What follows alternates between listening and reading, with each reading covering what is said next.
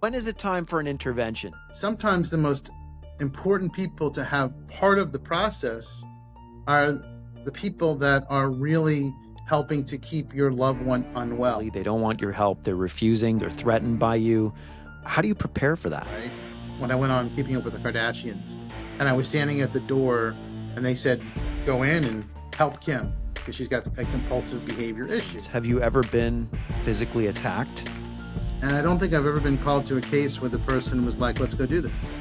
Have you ever had anybody storm out the door? Have things come to a head in your experience? Because their loved one is at the point where if we don't get them some help, something bad's going to happen.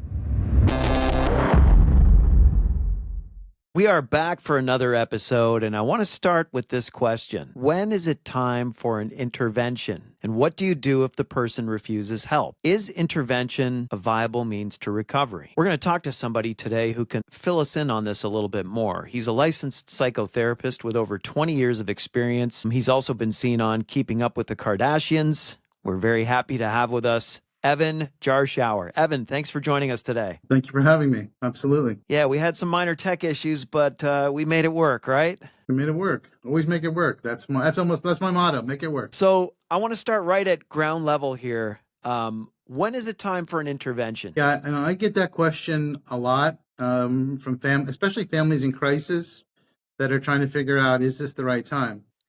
And I think a rule of thumb is, if you have to ask the question, is it the right time? It's probably the right time. In other words, and usually it's when you've tried asking, you've pleaded, and the person that you love that's experiencing mental health issues or addiction issues is just not listening. They're unable to listen, and you're starting to see some really concerning behaviors, and they're just not able to see from your perspective how bad it is.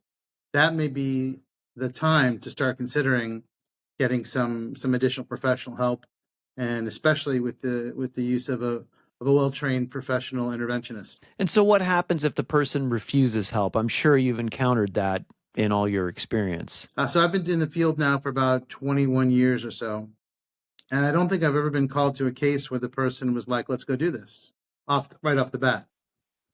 Yeah. So I think that it has to do with nobody. There's nobody that wants to be a slave to a drug, or wants to be debilitated by uncontrollable anxiety or depression. So, however, by the same token, being presented with all the love and support that you'd receive at an intervention right off the bat, you may have a hard time simply accepting the help that's being offered. So usually is the case, the identified person, initially refuses to accept help. And then with lots of love and support and firm, healthy boundaries, we can help that individual not only accept help, but even more importantly than that, have greater continuity of care, greater compliance with care, with a more unified, loving approach. Have you ever had anybody storm out the door? Like, have things come to a head in your experience? Yes. I couldn't give you a number of how many people, but it's, I guess, similar to like a neurosurgeon or a really well-trained attorney. And I'm not saying that I'm as smart as either of those people, but you want to plan out in advance, what may happen, and how to effectively deal with that prior to even sitting down, well in advance of sitting down with an individual who may have a history of avoidance, of bolting. So it happens a lot.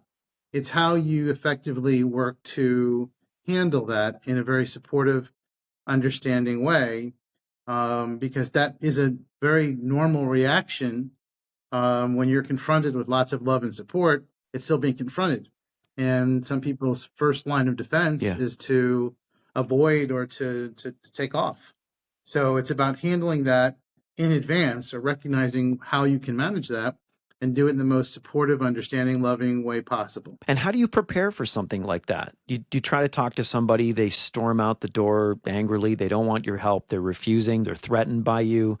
How do you prepare for that? Yeah, I think, first of all, I have to go into the case with the understanding that this person, usually families are reaching out to me because their loved one is at the point where if we don't get them some help, something bad's going to happen. That's usually when families come to me. Mm-hmm.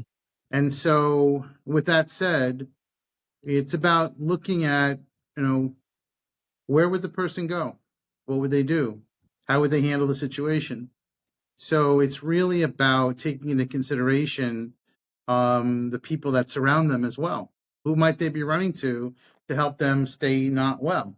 Who might give them the greatest support in not accepting the help that they in their hearts know that they need? So it's really about understanding the individual. It's not just about the family. It is about the family too, but it's also understanding how somebody operates, where they would go, how they would handle it. Would they go here? Would they go there? And then being prepared to go there as needed. Being very careful about security issues as well, of course. So in the event that you had somebody who was, let's say, actively suicidal or homicidal, right? You may want to really take into consideration having additional safety measures in place. So if the person has those thoughts of taking off or something like that, we may have already thought forward resources that we could have in place to help keep the environment, the situation safe and secure.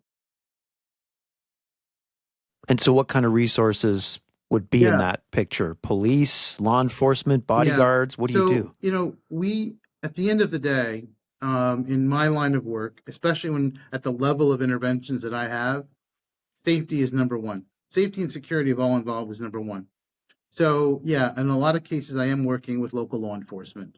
And local law enforcement really appreciates not having to come in the crisis heated moment, not having any advanced information as to what's going on. They really appreciate more of a conversation, a dialogue. And so, yeah, that can be part of the plan. It's about being proactive and safe. And oftentimes by doing that, it helps to kind of it helps to really keep the peace when we're moving forward on those cases. Yeah. And by the same token, though, interesting enough, there's also a challenge that comes into play with that as well. And a lot of families are concerned naturally. So that's just one avenue that we would look at for that. Safety has to be number one. Right.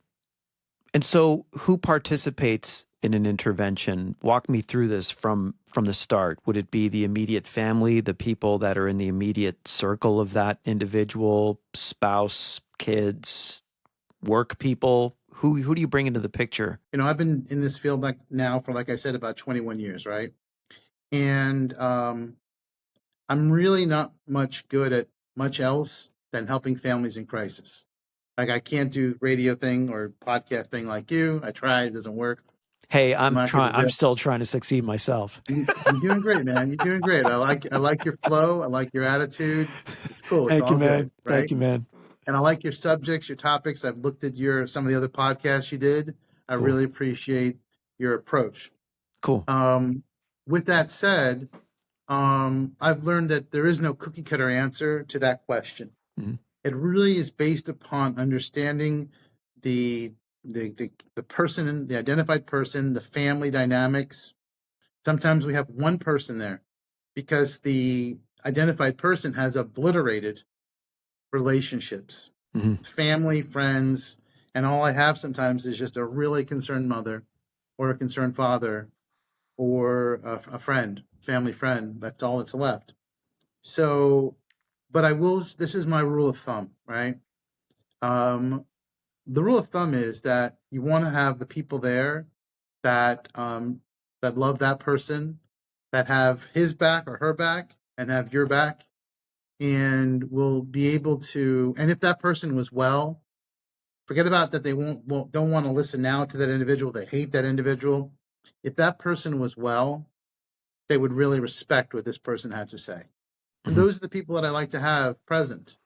The person where if this person was in a better place, a healthier place, they would be like, I really appreciate what you have to say, Uncle Steve, or Jim or Mary. Um, but the rule of thumb is the people that love this person the most, and the people that also have the back and support the family or loved ones the most as well, to help show the very unhealthy part of the identified person that you're not alone in this. You've got Yeah. support too. And I can see how that can get complicated. So, and I'm going to speak in broad terms. Obviously, I don't want you to share specific patient information, but say you have somebody who's an addict and they have an enabler or somebody that they, share that addiction with. That might be a person you don't want to bring in. The family may not like that individual. You want to have the family and the immediate people there, but sometimes they can still have somebody to run off to. And you're trying to mitigate that situation where they have less people to run off to by putting them all in the room. Do I have that right? Yeah. So my orientation is even though I may present as like I don't know, I'm a counselor, right? But for Yeah. some reason, people may feel as I present in an intimidating way, but I'm just a counselor. That's all it is. But at the end of the day, even with my loving, supportive orientation with firm boundaries, is it Sun Tzu, The Art of War? One of I those think so. very, Yeah, I what I'm know the talking book. about. You Yeah, get I the do. I know the concept. book. Yep. So, part of this success, the question of a successful intervention, successfully getting people help, so much of it also really has to do with understanding, and as I spoke about before, the more broader picture of the holistic, a more holistic understanding of the individual we're getting help for, right? So I may be saying this in a more refined way than what you just said, only because I've been doing this forever. Mm-hmm. But sometimes the most important people to have part of the process are the people that are really helping to keep your loved one unwell and sick. Not that we would include them in the necessarily intimate details of the process, Yeah. but I would much rather have a dialogue with a significant other who is enabling, or a boss who is allowing things to happen, Mm-hmm. or a friend that would let somebody stay there, than to not. It's it's almost like keeping your your friends close and your enemies closer. Right. Right. And I say that with respect to everybody involved. And it's not that anybody's an enemy, but when I'm brought in to get somebody help, in many cases, it really is a liberation of somebody who has been suffering and trapped in their own mind for a long, long time. And the families in kind have been suffering and being held hostage and trapped right along with them. So I have to think in terms of a very loving, supportive approach, Mm-hmm. but also we got to get this person help, and we have to be able to do this with the least amount of collateral damage, but get the job done. I got to write Do you that ever, down. It sounded kind of good. I it think. did. Well, you'll Thanks. have the episode, right? I'll send Oh, you a yeah, yeah, copy that's of it. true. So yeah, you can check that out. So those people that you bring into the circle, I imagine sometimes there's contention between some members of that group. Am I right? Oh, yeah, absolutely. And so, part of my orientation, my specialty is also family counseling and family support. And I think that I've been using those skills a lot. Not that I'm providing therapeutic services, because I'm an intervention consultant. That's what I do. I help put the plan together, organize, present, and get somebody some help. But definitely the skill set in being able to take, for example, a family, a divorced family, right? Yeah. Husband, wife. Let's say there was infidelity, there was drugs, whatever, and being able to bring everyone together with one unified message of, but Sarah is suffering, Mm-hmm. or Marty is suffering. And if we can bring everybody together in one unified message and plan, we can significantly increase the prognosis. Not only are we going to get them some help, but because you guys are unifying with this situation, we potentially increase the prognosis, or the probability of greater compliance with care, because there are fewer avenues that individual can maneuver through. In other words, can't go here and separate one message from another, split the family. Hmm. And that's why I have to be able to really, sometimes it's almost like bring rival gangs together Yeah, for one cause to support the plan moving forward to help a loved one. right. You're like wearing a referee shirt half the time, I'm sure. You know what? I could do that. That's a great idea. I never thought about that, but maybe in those moments when, well, you did this and you did that, and why won't you? And then the husband or the wife says, "You see what I was talking Yeah, about?" yeah, And I go, I blow the yeah. whistle, I put on my shirt, and then I go, I don't know what the right signal is for foul or Right, holding, but right, those. right. Pass interference. Fast interview. Oh yeah, I like that. Yeah. So, where does an intervention typically take place? It's probably like, I'm not making light of this, but it's almost like planning a surprise party, right? You have Well, to get people together. yeah. So I want to touch on the surprise, and I'm going to go back to where the you called it a party Yeah. is held. Okay, I know Yeah. you. So I didn't because Yeah. it's not. And I wasn't Um, making light of it. I was just saying it's I probably got you, man. similar. It's probably similar, right? Well, you could, I can't. So, but that's okay. Okay. So as far as the surprise goes, I get that question too a lot about people are concerned about the surprise aspect. Hmm. And my approach, my orientation, the way I look at it is this ain't no surprise. Your loved one for years has been crying out for help. Hmm. And sometimes with the only way they know how, by using in front of you, falling on the floor, doing stuff, screaming, grabbing you like this. What more can they do to help you see, look, we got to do something here, guys? So from the very surface level, you could use the word surprise. Yeah. From a more kind of beneath the beneath the surface, there's no question that oftentimes, in many cases, that individual who may have issues with me is oftentimes sitting there going, "You're damn right, I need help." Now, if you can figure out a way to bring the family together here and somehow help me overcome the fact that my significant other is going to let me stay with them, or I have millions of dollars in the bank, and how are you going to work around that? Hmm. Come on. So, a lot of it has to do with being able to maneuver through those variables with dignity, with understanding, and at the end of the day, working to bring everyone together to support that person getting the help that they need. You said before you take precautions. Have you ever been physically attacked? I can't tell you what scenario I haven't been in. Really? So yeah, what scenario? And I think that in every scenario, it helps me become more in tune with understanding my surroundings and keeping people safe, keeping myself safe. So the simple answer is, yeah, yes, I can't tell you what I haven't seen. Really? I can't tell you what I haven't experienced. Is there a feeling of adrenaline when you're going into these, like just based on everything you've seen in the past and the different encounters you've had?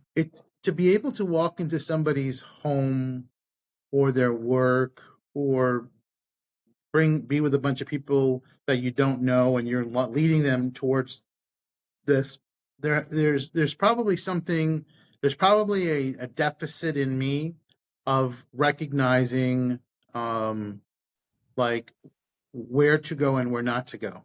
Like for example, when I did the Kardashian show, right? When I went Hmm. on Keeping Up with the Kardashians, and I was standing at the door, and they said, "Go in and help Kim because she's got a compulsive behavior issue." Yeah. Um, there was, I think, a lot of people might have been a little bit anxious about that. When I was out there, and this is back, I don't know if they're more scripted now. When I was there wasn't a script. It was, this is what's going on. Do your thing. True reality And TV. true reality TV. At least that's the Mhm. way it was. That's the way I perceived it to be. Yeah. Um, I didn't feel any anxiety. I was going in there to help a family in crisis, like any other family, and I felt very comfortable in that situation. So when I'm walking into a home of people that are well known or that are not well known or powerful or steel worker or whomever, a rancher, Yeah. I'm in there feeling as though there is just a certain sense of not necessarily adrenaline, but it's more so we're going to kick ass and we're going to help their loved one and we're going to help do something that they have been trying to do for a very long time. And the family's in chaos and crisis. And I'm somebody, for some reason, with my skill set and perhaps my my not understanding that I probably shouldn't be in that environment person, Mhm. walking in there going to that individual in crisis, it's going to be okay. And we're going to get you help. And to the family that's really felt kind of lost, even with families with resources, they've tried everything. I believe I bring a certain sense of hope Mhm. and resolution to an otherwise completely disoriented, dismantled, chaotic free for all of emotions and mental health and therapists and all that. So it's more so a sense of um, karma, good karma. I Mhm. really feel like I've been called to help people, and this is this is my calling. That's it. It's a very cool feeling. And then when I'm done with my amazing moment of helping somebody, and they finally cross over and say, and then they agree, after lots of love and lots of support, then I get a text message, don't forget to bring home milk and butter and bread. And it brings me back down to reality of Yeah. this is great that's what you do, but you're just like anybody else. So make sure you take care of your business as well, your home business as well. But that's the best Yeah. image I can give you. So it's not necessarily a sense of adrenaline. It's more so a sense of I'm a really lucky guy because I get to provide for my family by doing something that really helps a lot of other families and multiple facets of that family as well. Yeah, There's nothing more fulfilling than when you find your calling in life, absolutely. you know? The Kim Kardashian experience, you brought that up, Yeah. and I know you're known for that. How Mhm. did that intervention go? Yeah. So if you watch the episode, you'll be asking the same question.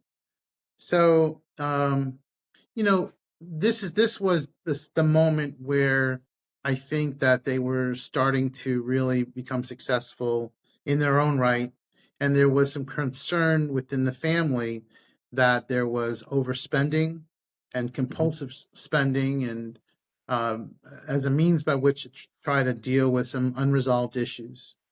And Yeah. so I think that in the whole, I think it really helps shed light on the fact that people's issues with their mental health is it's not all about it's not all about showing depression, like I'm walking around crying all the time, or I'm sad, or I'm nervous, or I'm anxious, or I'm hearing voices, or I'm drinking and drugging as a means by which to cope.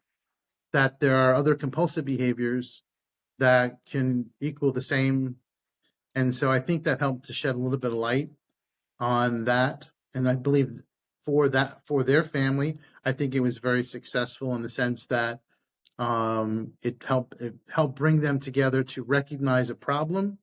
And that may have been a kind of like a stepping stone to other issues that would happen throughout the years, and how the family was able to come together and unify. And it wasn't a perfect, there's no perfect ending to a intervention, but I Yeah. believe that it really helped to address some uh, issues and concerns that were on the forefront of other issues to come, not only with her, but throughout the family. How'd you like that Hmm. political answer? That's a good one. You won't Thank get you. letters from lawyers when you answer like that. Beautiful. So you don't, my initial thought is you don't know what you're walking into, but based on everything you've shared, sounds like you do know what you're walking into when you're heading into an intervention I want to know as much as situation. possible in advance. Yeah. I don't like Is, surprises. yeah, I wouldn't either. Is there a mental preparation process that you have as you head into one of these situations when you're on your way, the morning of? Yeah, that's a good question. So for me, and I think, and I also want to impart this to other intervention people, whether they're mental health interventionists, or there's only a very small group of people that do the mental health interventions, which is I do, or the dual diagnosis intervention case, where people are self-medicating to cope with an underlying mental health issue. But I think that what I would really like to impart on other people that are either in the profession or planning on going into the profession or even in the counseling field is that I may have a whole bunch of issues going on in my personal world, right? We all do. We Yeah. all have issues about things. But I look at walking into the case with the family. Remember, I told you before, I'm not as smart as a neurosurgeon, but you figured that out already. That's okay. You know what? All I would beg to differ after speaking to you, and right. I mean that, All right. but Cool. I All get right. your point. So, but Yeah. here's the point I want to get at that just like a really good, hopefully, like a really good surgeon, when they walk in and their person's life or their ability to maneuver their hands or nerves or um, I believe that they are completely laser focused in on their case Yeah. because everything is so delicate in one little milliliter or one little here, inch here, there that can shift a person's whole world. And it's very Yeah. similar with me. When I walk into a case, I completely black out, clear out all of the other issues going on in my world because I feel like that person's life, their emotional welfare, that of their families, the people that love them, and sometimes I'm working with people who are very, very powerful and influential business people. Not all, but some. And there's hundreds of employees' lives in the mix as well. And so for me, mental preparation is there's nothing more important than making sure that that person gets the help that they need. And it's Yeah. done with the least amount of emotional collateral damage as possible. Can you share of a time, and you've given us some examples, Yesterday? but I guess I'm prying from No, that wasn't yesterday. most likely, No, most likely, you right? know, These sound like they're, you know, a new journey every time you go on one of these. It sounds like you said that you've never not seen something. There's so much that you've experienced doing this, and in 21 years, I can see why that would be. Can you share of a time where something got really contentious and you were worried, um, either for your safety or the person that you were trying to help? yeah. So now, putting things in perspective, um, you know, definitely when physical violence is, somebody threatens to do something physical, um, and we go right immediately into making sure people are safe. Um, but to have a specific moment where I felt that, uh, like I was afraid, is that what you're referring to? Yeah. Yeah, that's one of my deficits as well. And I don't know, it's because maybe I never did put my hand on the stove when I was supposed to learn about that. You don't put your hand on the stove. But I really, there's so many situations where I'm not saying that I don't have fear. I'm afraid of heights. But when it Mhm. comes to walking into a crisis situation, by understanding as much as I do about the case, um, you know, I think that there have been there have been a couple of situations where there were weapons, and those are the ones probably where you know there's the greatest amount, or some of the greatest amount of fear, and it is also about making sure, like I talked about before, that we have safety measures in place, that we Yeah. work to handle that. But if somebody, I'll give you an example. But if somebody happens to be an avid gun collector and you just couldn't get them Yeah. all, you know. And Yep. Yep. but those are some of the most, when there's weapons, those are probably the most concerning. Um, Mhm. and also, when we're looking at prescription medications, it's delicate too because we want to be real careful. about somebody grabbing a bunch of pills and doing something horrible. So it's really Yeah. it's really delicate. So at this point in my career, it's really, and I have to bring it back to, it's really just about being real safe, real secure, thinking forward all the different possible twists and turns as much as possible, and then working to Mhm. neutralize those with the least amount of conflict as possible. Not a perfect answer to your question, but it's the best answer I can come up with in my situation. I'm tracking with Okay, you. good, Makes sure, sense. Good thanks. answer. Good answer. Is there ever a time where this is just the wrong approach? And you gave the example of, drugs, prescription drugs, or somebody that's always high and they're never lucid. Can you even sit down and have a conversation with them? Do you not have to catch them when they're sober minded? Yeah. Is there ever a time where this is not the approach to So, somebody's right. issues? So, like I said, I've been doing this a long time. I'm in the field now for over 21 years. And back in the day when you smoke weed, and I'm not saying that you smoke weed, Mhm. but I smoked weed back in the day. Okay. I actually All right. didn't. I was a beer Okay. guy. I was a beer guy. I Yeah. did that too. But check this out. One of the challenges we're faced with today is that, and there's legalization and all that stuff going on. And, Mhm. but whether it's cocaine or weed, or even what you think is a Xanax. Unfortunately, there's so much mixed. There's so much like fentanyl and carfentanil and different other drugs that are used to cut into or to add to or to enhance other drugs that are out there that might otherwise be potentially more of a recreational event or use. Yeah. The problem now is that waiting just that one day might mean that there isn't another day to meet with them because something horrible happens.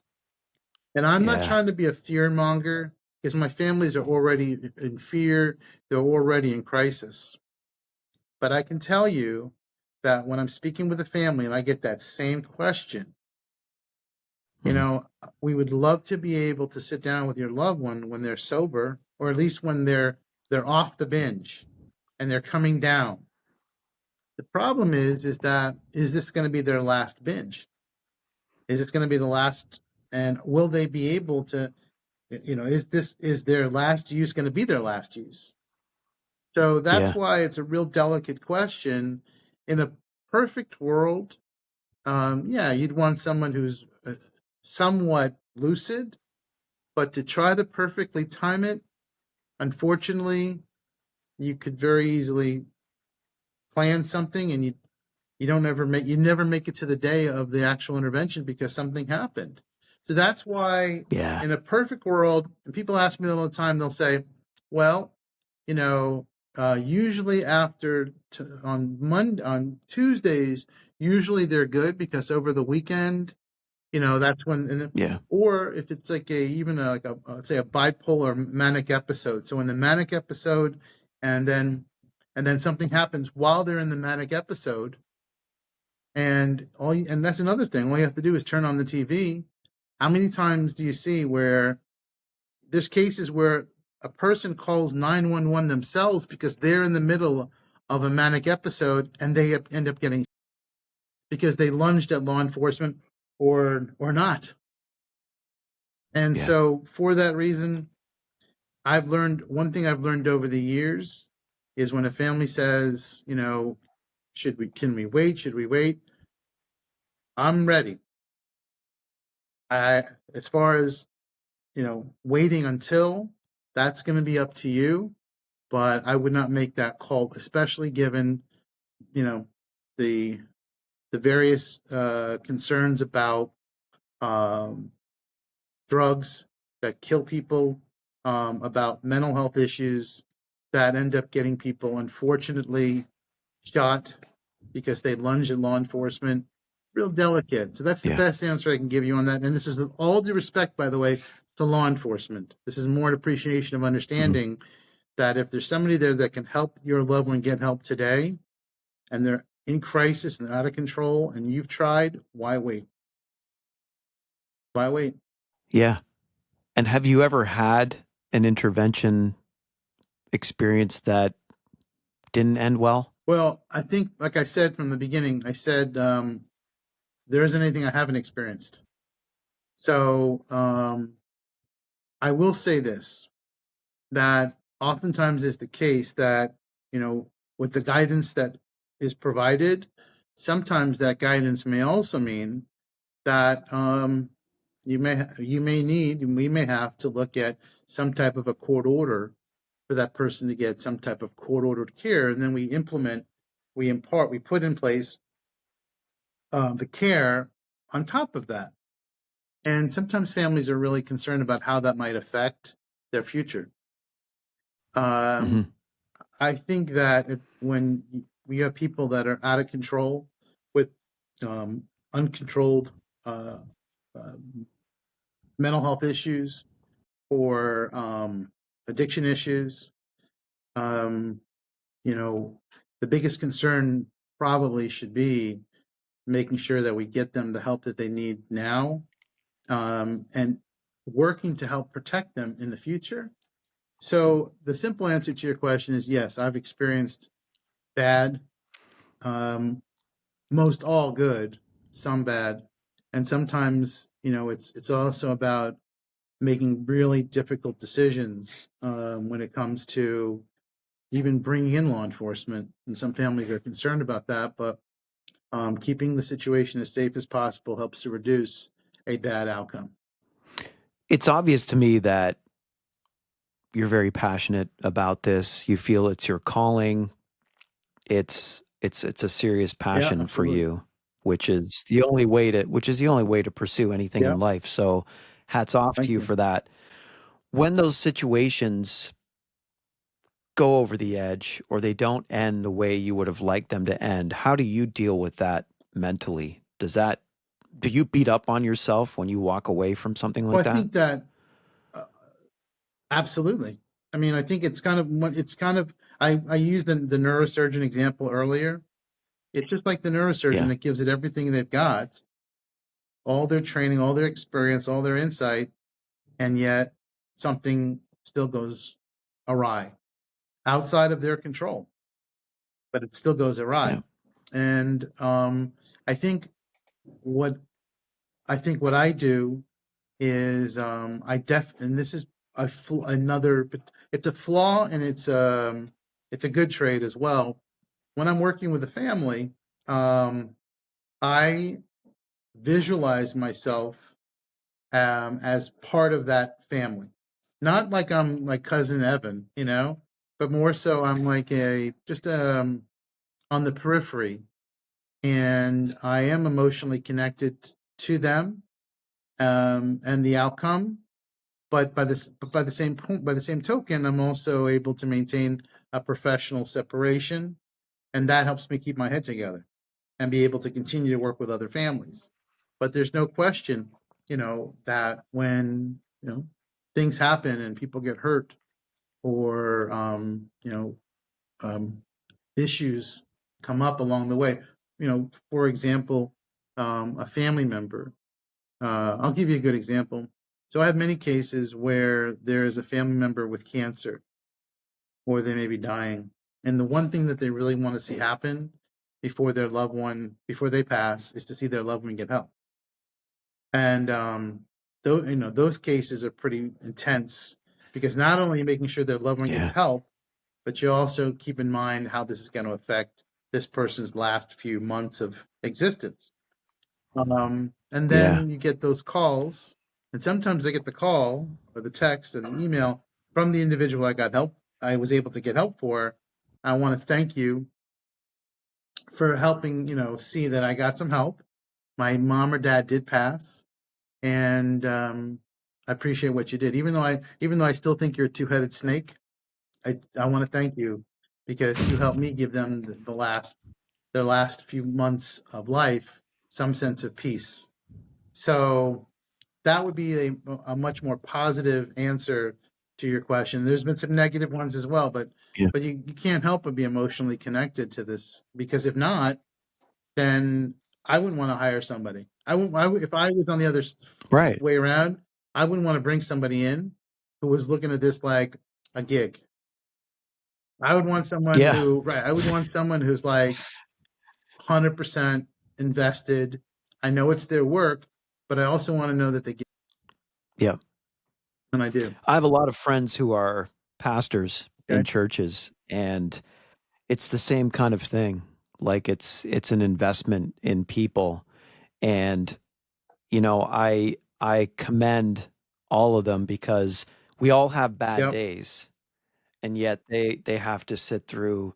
I don't mean sit through like they don't want to, but sometimes they have to hear all of the other people's problems. That's part of that work, counseling situations, and still keep their heads together when they're not having a good day. We all have bad Right. days, right? No one's perfect. And so there's definitely a mental fortitude required to do work like what they do and Yep. what you Absolutely. do. Absolutely. Sometimes it's really hard, no matter how, I'm trying to think of the right word, holy or devout or whatever the right word is. Some days it's really hard to turn the other cheek. Yeah. Yeah, you're right. Yeah. 100%. That should be on a Well, jacket it that you is. Let me wear. show you. Wouldn't that be crazy if I had it already planned that it was on the back of my jacket? Yeah. It's not. Look, it's there. You're like, wow. You'd have some other abilities. You could open a psychic Right? shop or something. You mentioned earlier, just a few Sure. minutes ago, sometimes people see you as a two-headed snake. Yeah. What'd you mean by that exactly? Well, it goes back to what I was saying before. Um, when I'm going to get somebody some help that's doing some really bad things or concerning things, fundamentally, it's not because these people are bad people. It's because there's they're unwell and they're dealing with a mental health issue or an addiction issue or both. And so, in order for me to be able to get people help sometimes, and this is what I was talking about before, I have to understand how they operate. And fortunately, I have plenty of my own pathology and issues that I've worked on through the years that I'm able to tap into to kind of Yeah. understand how people would be able to continue to stay sick. And when you unearth, when you peel back the layers of that onion and you're able to expose, this is what's happening, this is what's happening. Um, uh, people are only as sick as their secrets. And when you start to expose those secrets, especially if they're not well, they're going to have issue with that. I have to be able to do that, but in the most respectful, understanding way possible. For example, this is where, if this is where the person goes to get their dope, we have to be able to, if need be, communicate with the people that the person's getting their dope from. If this happens to be a situation where they're battling, they're having a manic episode and they're in the casino, we may need to go to the casino, and we may need to work with the gaming commission to have them banned, or approach them when they're in that environment.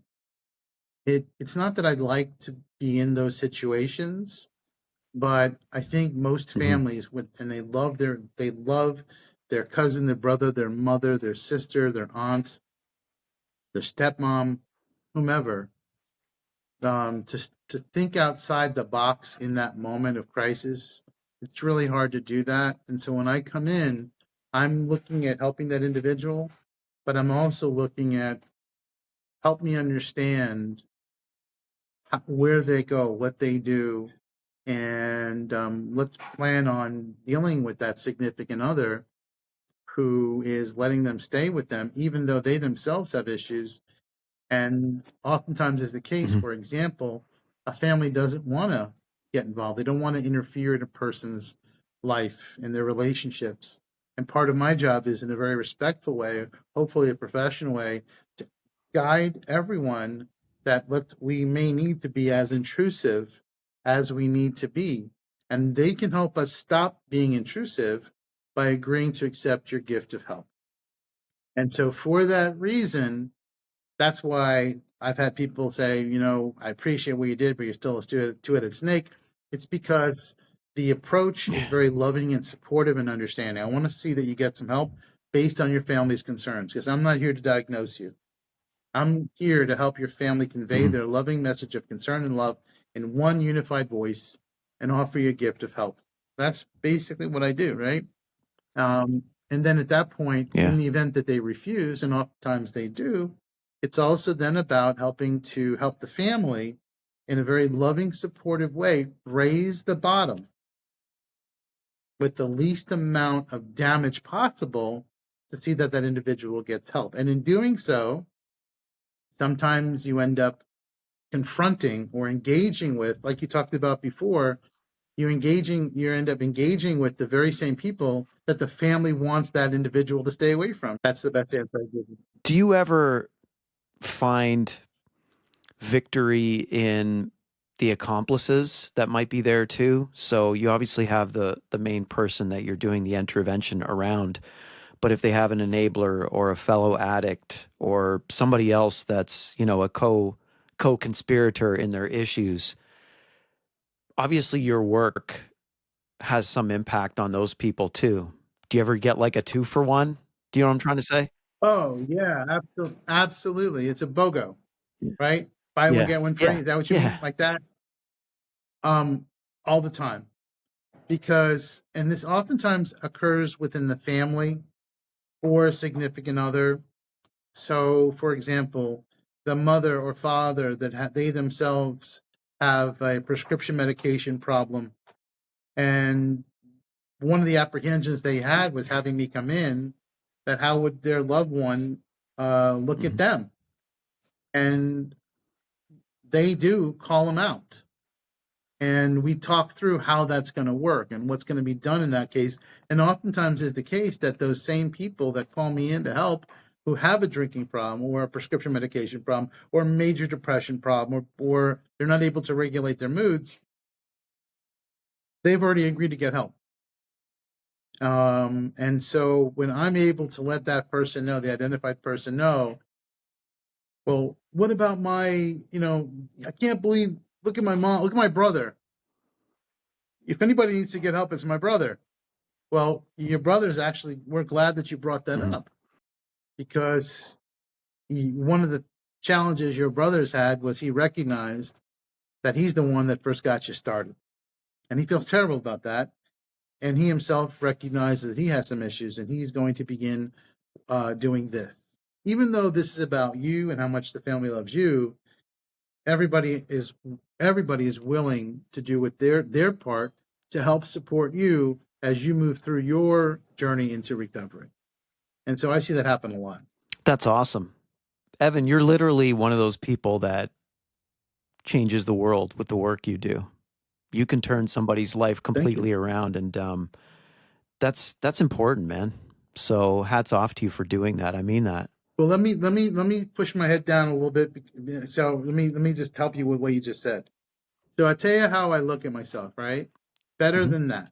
And I appreciate that. But I more so look at myself as kind of like, and this is not a self-deprecating concept, but I more so look at myself like the people I'm going to help are like freighters, right? Like with, the freighters that go through what city are you in, by the way? What town are you in? Phoenix. There's no big port. Are there any big ports in Phoenix? I don't think so. No. Right. No. I don't think so. Just sand. That's okay. You have a lot of sand, but you get the concept of the port and the freighters, right?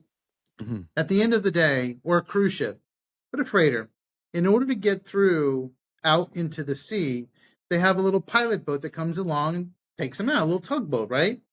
Yeah. But if you don't have that little pilot boat, that tugboat, that freighter's not going anywhere. It's stuck, even with all this amazing cargo it has going off to wherever. A lot of times I look at myself as I'm that little, tugboat, that little pilot boat.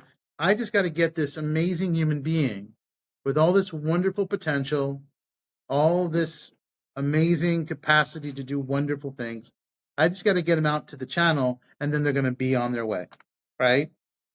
But Yeah. you have to get them through that channel, and that's kind of my little position in the world. I'm a cog, right, in a much Yeah. greater, vast world of counseling and therapy and treatment centers and all that stuff, drug rehabs and mental health treatment centers, and amazing psychiatrists, psychologists that write all kinds of books.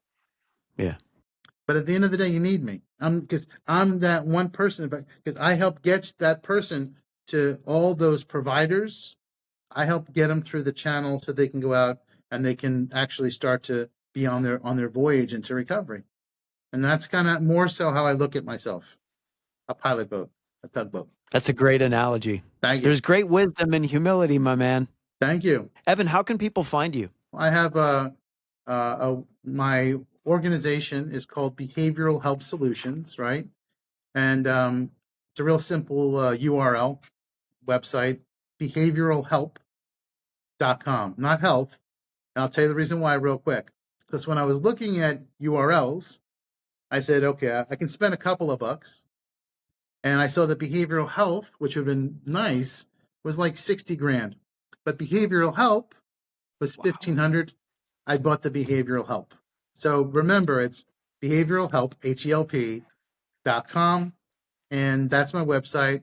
And on there, you'll have my bio, my info, and my contact number. But you can email me, call me, and I'd love to help you. I've got some other colleagues that work with me, and we do this all over the country, all over the world. That's great. And I'll make sure to include that in the show notes along with your socials as well, man. Thank you very much. Evan, thanks for being here. Really appreciate you. Absolutely. Thank you for having me. That'll do it for this edition. We are out of here. Thanks for tuning in. Always check out what we're doing at mikecpodcast.com. We're on Apple. We're on Spotify. Check us out on YouTube, wherever you get your podcasts. Drop us a comment. Let us know what you think. Let us know what you think of this topic. If you've ever been involved in an intervention, we love hearing from you guys. Until next time, thanks, guys. The Mike C. Podcast.